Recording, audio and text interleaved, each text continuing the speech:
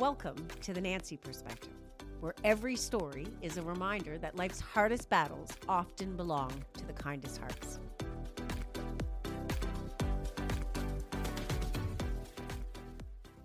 Part 2, with an incredible soul, my beautiful friend. I'm blessed to call you a friend, Debbie. Debbie Gaudet. Debbie Gaudet and I had a powerful part 1 where we unraveled Joe Dispenza and the work that you do in neurofeedback and heart math.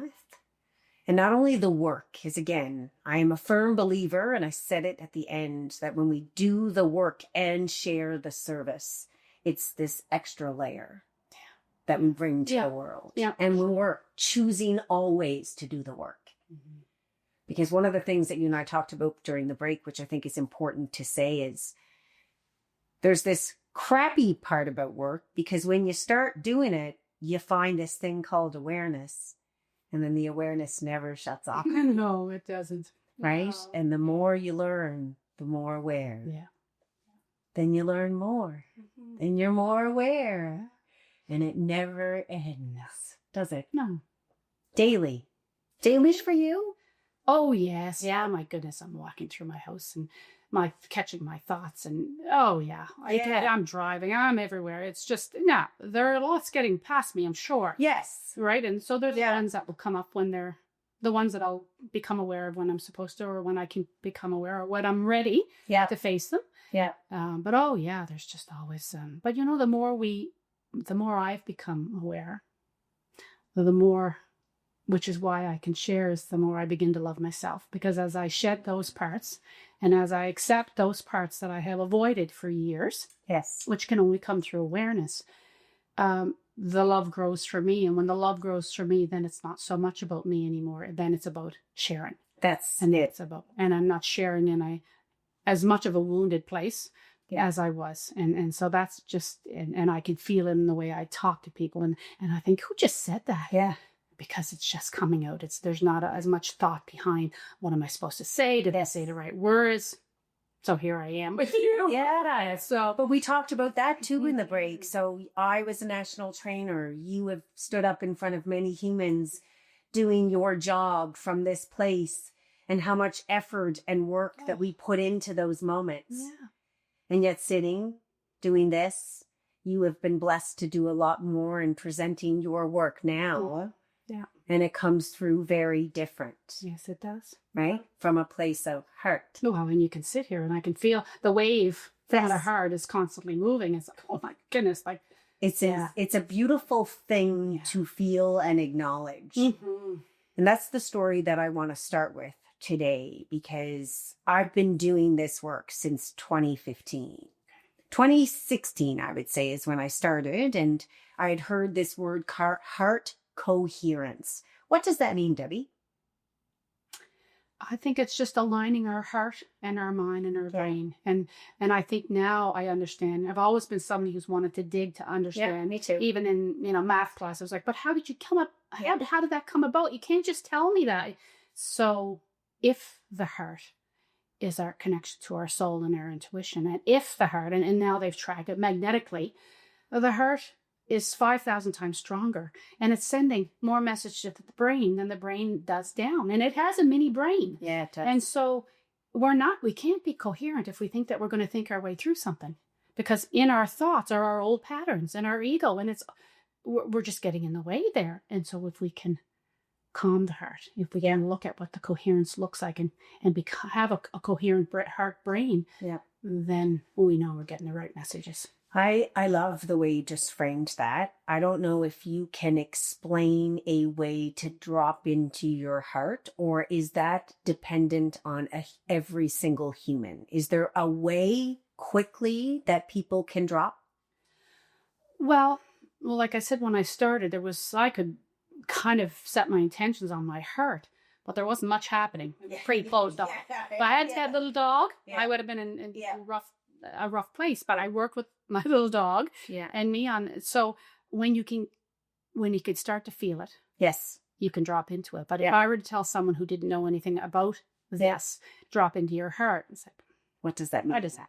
Yeah. Which is why I love doing heart math on pre-neurofeedback session, because you can have fun with it and you can see what it does, and you can see the lack of coherence and the coherence, and look at it, and then you just do it enough times to think, oh wow.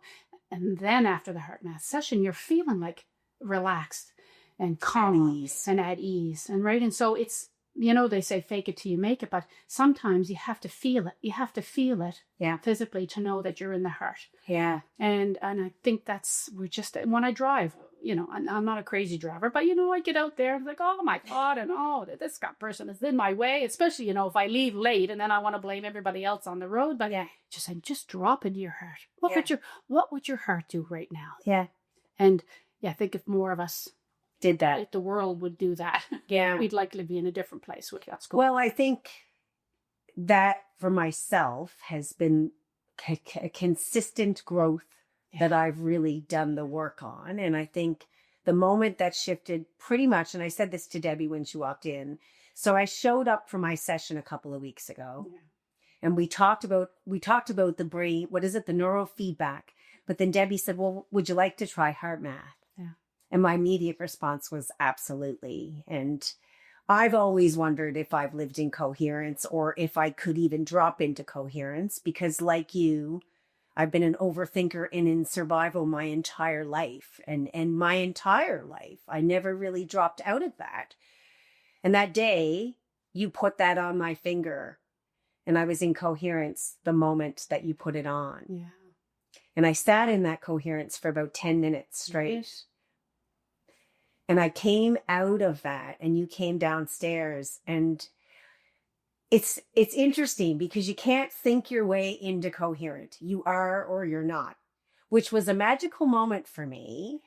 But my entire soul wanted to get up and jump for joy, because I'd realized that is the way I've started to live my life consistently. But I found that energy so uncomfortable that I was questioning myself, which was making for a clusterfuck of so many different things, except just a beautiful awareness that I actually dropped into coherence. Yep. Yeah. And being in that feeling energy for me, and now being able to know what it is, has transformed everything for me, which has been a wonderful reason that you have popped back into my life. And so I thank you for doing that for me, because when we get out of our heads and into our hearts, that's when we start to do so many things. Yeah. And you get to see that work all the time in the work what you do. So give us a little insight into the work you do and how that helps people move from survival into a different state. Because I'm not going to say what that is. It really depends on the human, doesn't it? It does. And I'll just kind of say up front, if I go somewhere, the neurofeedback system that I use is a non-medical, non-diagnostic. I love that you say that every time, because you said that to me on the first day, and I love that you say that every time. And it's important that I watch my language around that, so that I don't give any kind of false information. And but the way I explain it now is that we have a phone, and we have a computer, and we have an operating system, whether it's the iOS system, whether it's our Windows. We have a system that our devices work on. Our system is our central nervous system. Yeah. And it communicates with the outside world just like our phone does. And the way it learns is through the environment. It's communicating back and forth. The central nervous system is your brain and your spinal cord. And so when you're got yourself there, but I got myself. So I know, but we had wires that we're not allowed to touch. And Debbie Pratt stopped herself. Big moment, Debbie. Awareness. So what happens over the years, just like your phone, if your phone gets overloaded with information, if your computer gets overloaded with information, it just slows down. It's not operating as efficiently. And so too does our central nervous system, which again is our brain and spinal cord.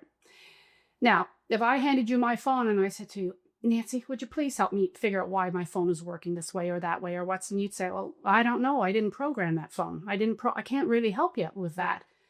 I'd try to delete some information to make it more efficient and work optimally, but our central nervous system gets overloaded as well. Our stresses, our environmental, our physical, emotional, mental.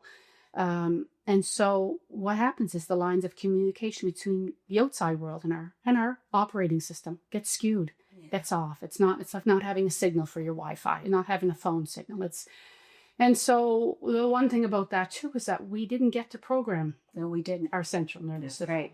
And they say now, again, just research is third trimester, and 0 to 7 years is where we learn our thoughts and our beliefs and our behaviors that have come from our parents and society and school and religion. And that too has come from generations, what they're saying. That's right. And epigenetics plays a role in that, where our thoughts and our beliefs get handed down. Yeah. And so here we are coming into this world, not only separated kind of from the womb, but now we're, in order to fit in order to stay in the tribe or to stay in society or to stay in school, we have to be something we're not. Yeah. We have to conform. Mm-hmm. And we live our life like that. And those patterns that form are patterns in our brain, but they form because we're all energy. We're electrical beings. We're energetic beings. And so all of those thoughts and beliefs and behaviors get stored as energetic electrical activity in our brain. Yeah. And the emotions, apparently, to those get stuck in our body, which is why we're trying to release energy and move energy through our centers, through our chakras, whatever we want to call them. And so what this does, much like a heart monitor, the system is tracking the electrical activity of your brain. And you're listening to music. And when it detects a shift in the voltage, voltage in electrical activity, it interrupts the music you're listening to. And which is possibly our old patterns. Yeah. No one's going to identify them. The system doesn't need to identify. It doesn't need to say, oh my goodness, Nancy, this is good and this is bad. Yeah. It's just saying you're about to shift. Yeah. It's like that little hum, the bird that makes a noise when it shifts, right? It's just, and so the music continues to interrupt as long as, and it's almost like you're pulling your brain back. So if we're driving down the street and there is a rumble strip and we get tired and we hit the rumble strip, it's going to wake our brain up to say you either pull yourself back on the road or you go down the other path. And that's really what it's saying is just pay attention. You're about to shift. Yeah. You continue down one path or down another. And the brain has an innate ability. It's always trying to move away from discomfort. Yeah. And it has an innate ability to recognize what serves it and what does not. And because, and you probably know that, apparently we're operating on 5% consciousness, that we're aware of our thoughts and beliefs, 5% of them. The other 95 is our unconscious. And that's what's really driving us, is the 95%, which is the awareness piece, which is allowing those things to come up. And so this is really just helping to wake the brain up, to bring the brain to the gym, get it strong and resilient, so it can begin to self-optimize and self-regulate. And it's just, oh my gosh, beautiful.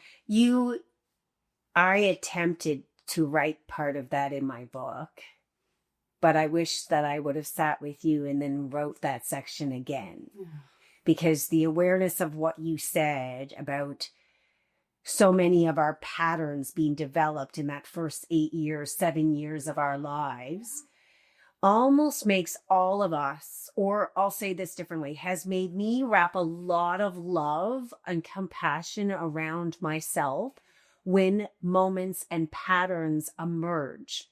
Because I recognize that they're really, and I don't even like the word I'm about to say, they're not my fault.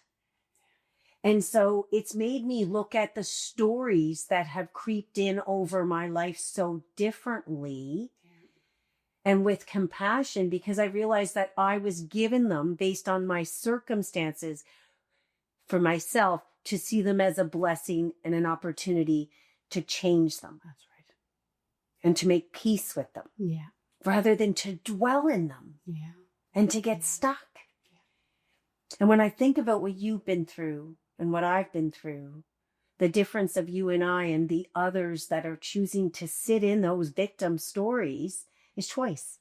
Yeah.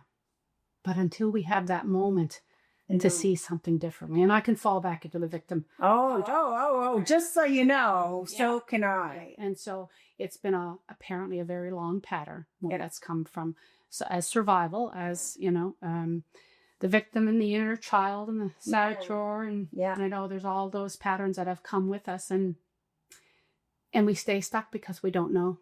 There hasn't been something that has come to us. Yeah. And we can say it's choice, but there has to be something, just a catalyst, I think, to come. You're right. Right? There's just because I have more compassion because I look at a lot of things with patterns. Absolutely. So then you have that compassion with, Yeah. and I love a friend of mine used to say, not yet, not yet. Yeah. So when we go to judge someone, we're judging ourselves, but we're judging someone for not moving forward, for not being aware, for not getting out of their own suffering. And it's like, not yet. Yeah. Right? Yeah. We're going to hang on to our suffering just a little bit longer because we're not sure how to thrive. You know, or we don't want to let it go Because that's our story. Well, I mean, you think back to what you said about Joe Dispenza. You know, you got up and walked away that day and you felt the feeling of letting go is also an uncomfortable, empty feeling. Oh, it's so awful. Well, the familiar is no longer, it's never overly comfortable if we were to sit with ourselves, but it's familiar to our bodies. That's right. And now all of a sudden, you're going to change something? Yeah. There's nothing about this that's familiar, and now it gets uncomfortable. Yeah. And I think that's the learning that I've had to work through is we get to a place where we let go and then we get space, and you got to ease yourself into the uncomfortable as well. Yeah. Because if you veer from that and go back to familiar, you're missing out on the next choice forward. But it is a constant awareness, compassion, move forward. Yeah. Right. And it's that compassion piece, right? How do we find grace for ourselves in a moment when we're trying to move through something hard? Yeah. And you said it about loving yourself. Oh, I did not love myself for a very long time. Yeah. We were not taught. No, and because they didn't love themselves. And I see that so clearly. And we default. Yeah. Like the moment. And who's they? I want you to clarify. Well, I would have looked at my mother and father because I would have I wanted to carry blame, but I kind of took responsibility for my mother. And so it was just a piece of that. But I get a sense now that they just handed the baton off to me. They did it. This is where we got.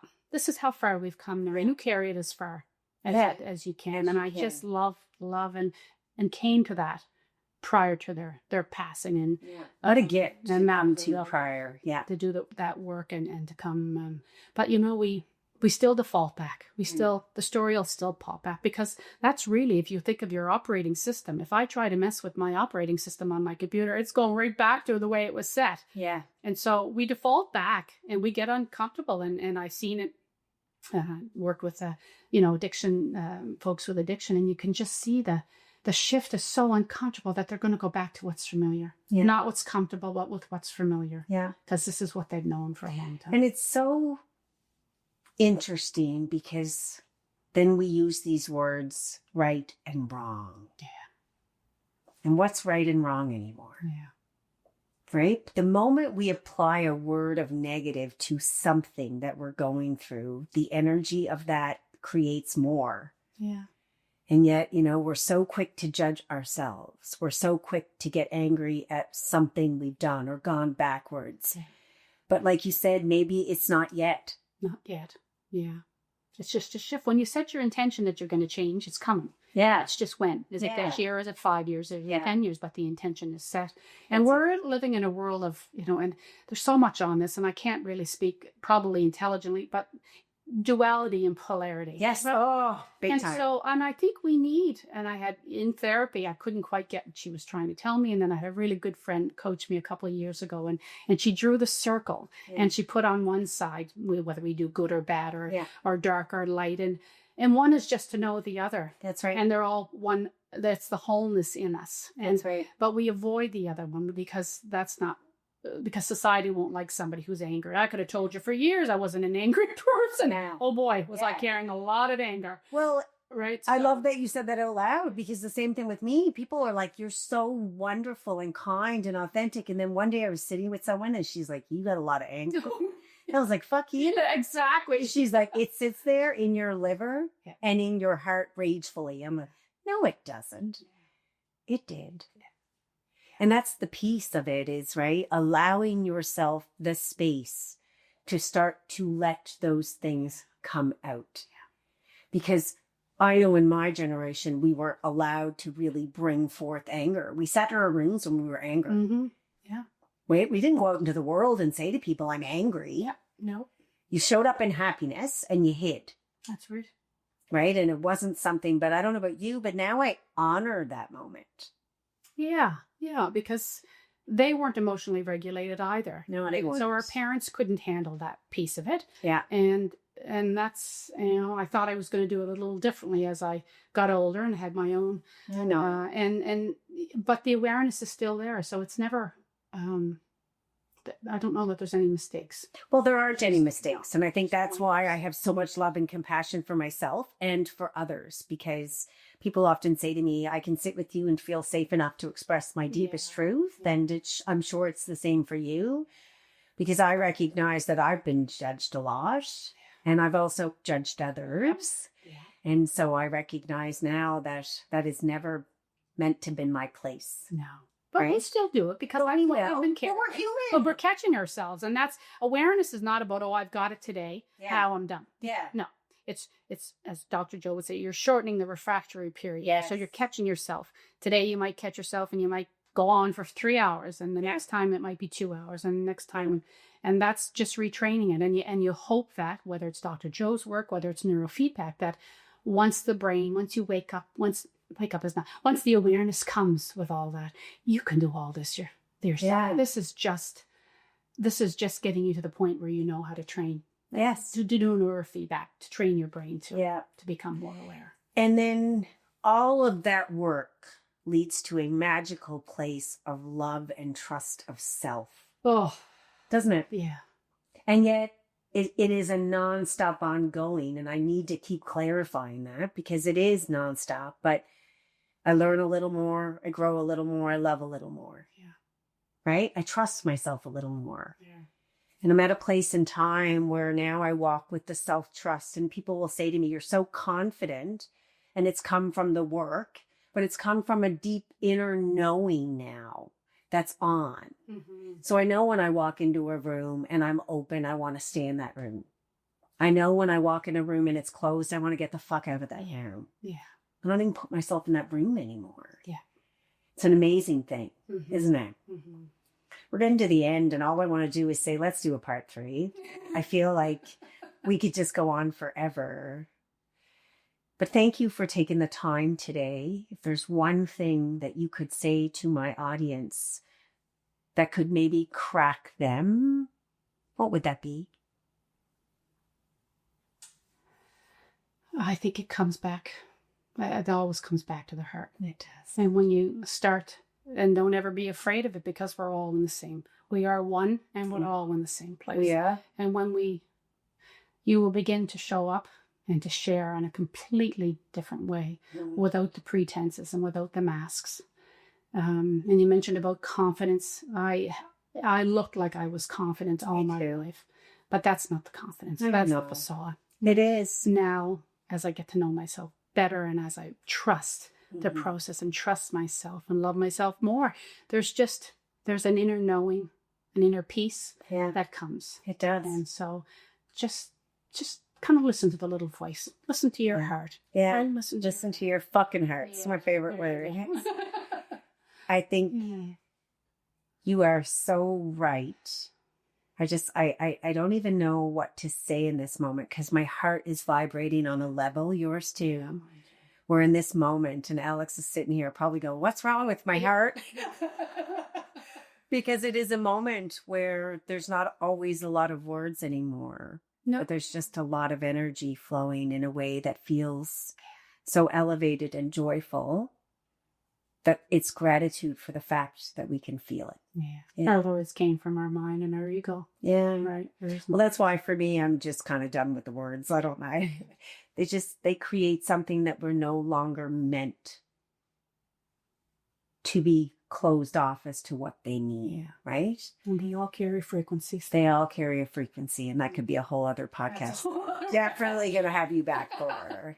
Well, I've made my debut. So yeah, now you're in trouble. Be on your doorstep. Yeah. So from the bottom of my open heart to your open heart, I am so grateful for this moment with you. Nancy, thank you. Yeah, because what you've cracked today is an opportunity for us all to be open. Yeah. And to feel.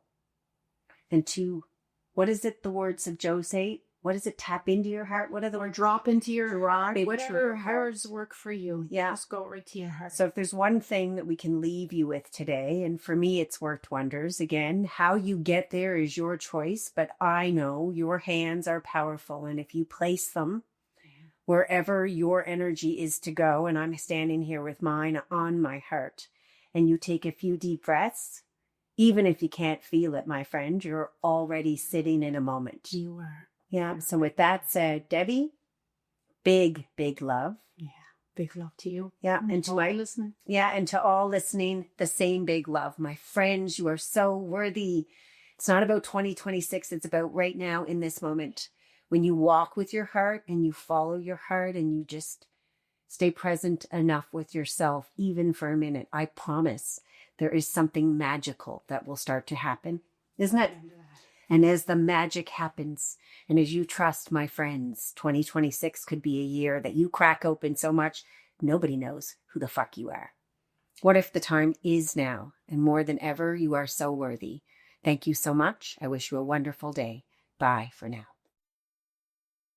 If this podcast resonates with you, it would mean the world to me if you would download my book, Listen to Your Fucking Heart.